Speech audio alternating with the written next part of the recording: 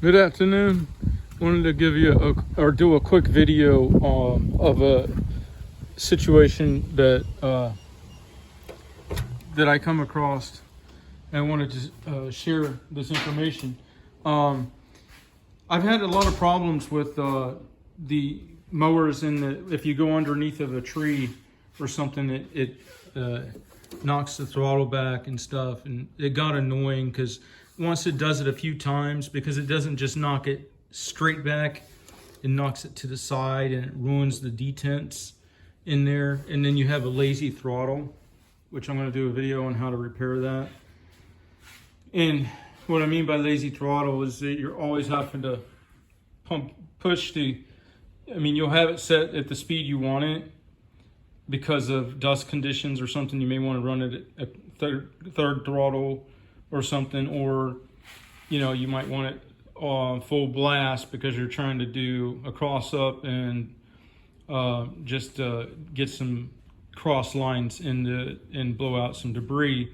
But every time you make a pass or two, you're floated back down to half throttle, and of course you can change your spring tension on the throttle plate, but the problem with changing that too much is that's supposed to hold that throttle actuation back far enough that it holds the cable into the groove.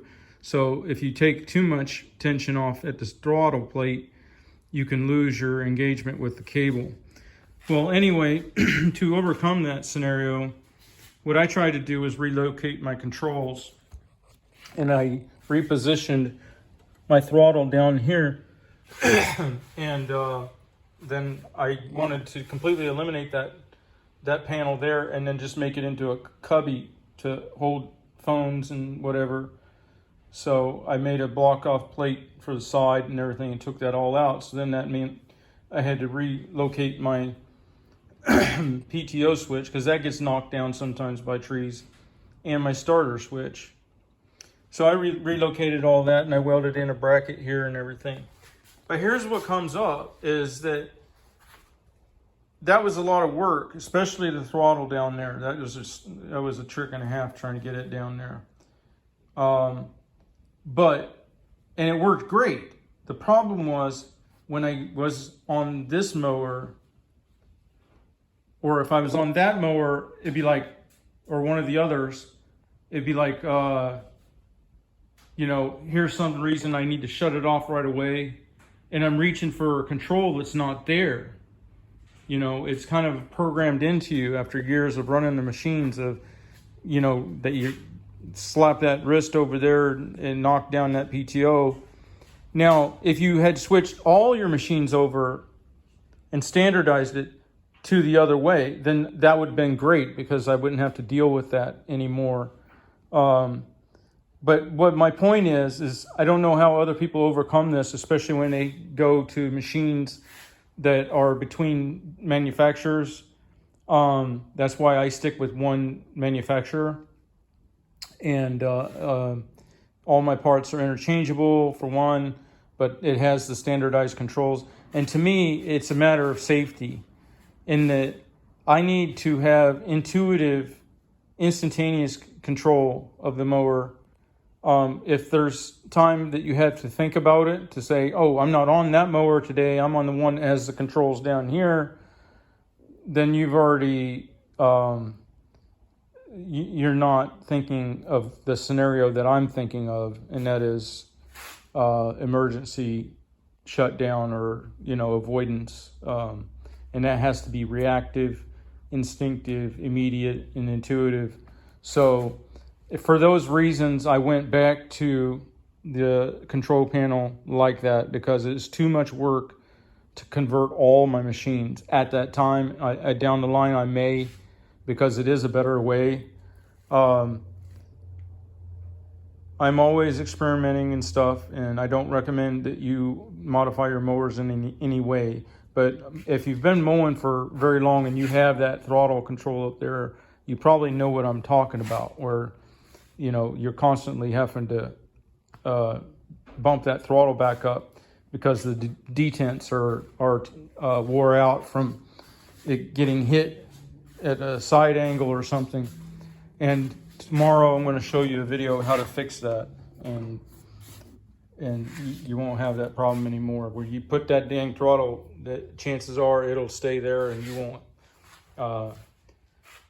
Because that's a safety issue too.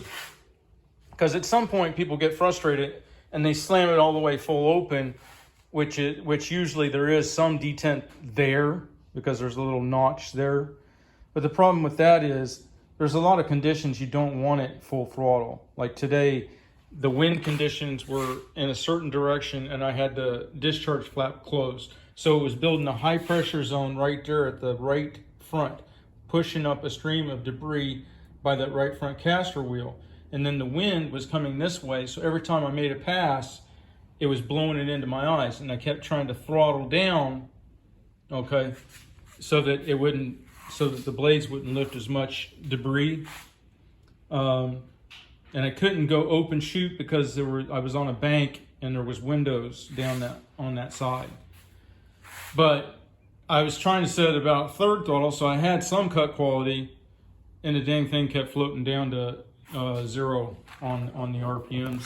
So, like I said, tomorrow I'll do a video on how to fix the detent on those throttles, and then also I'm going to do a video of how to put a motor on these things real cheap, a new motor, brand new engine. And I'm going to do this 72 with the XR7 deck with the oversized 26-inch tires and the oversized front 8-inch tall tires. So if you're used to a front tire that's a little itty bitty 6er, then you're going to see what a machine's like that's running the tall boy 8-inch tire. So this machine's been sitting forever, but I've had them sit for years and years and years, and the hydros, if they were good when they were parked, are generally still good when they're fired back up, unless there's some extraordinary condition. So these machines can sit here till the end of time, and chances are, if I take the time to repower them, they're good to go. If not, they're good for parts. And if you know what pumps and wheel motors cost, you'll see why I'm kind of saving aside a few of them. Good afternoon. This is what you get when you try to do a good job for people. I'll show you what happened. The reason I got it up on the trailer like that is because I just hit something. And, you know, it always comes in when you're trying to do a good job for somebody. You go that little extra, you know.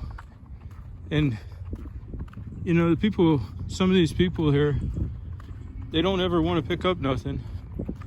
But 2 years down the line, when there's trees growing all over their house, you're the guy to blame. So you try to get up a little closer to the house, but the place is basically a junkyard. And when you try to get in a little deeper to preserve,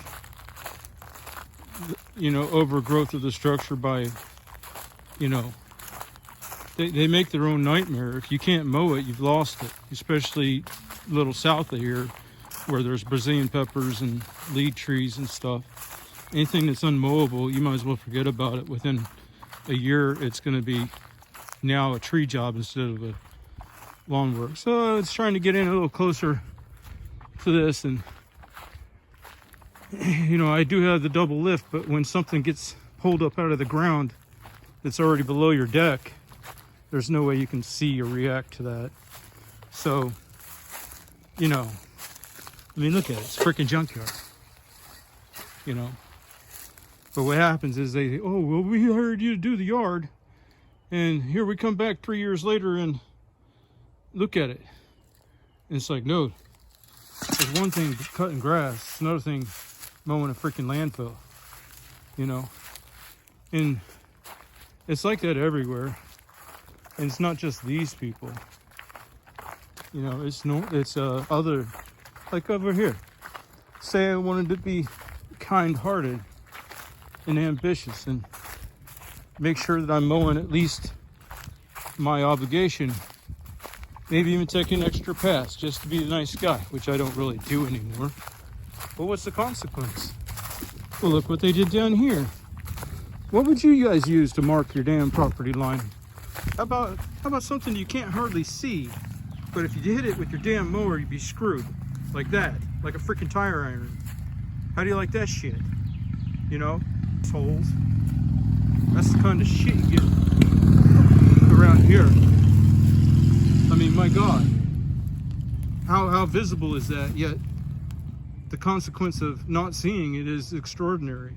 Not just to you and your machinery, but it could fly out and kill somebody. So I'm just saying, on these, I'm catching myself. Normally I want to do the best I can for my customer, but on these circumstances, you're better off to just do the minimum, and then if it comes to it, you spray the rest.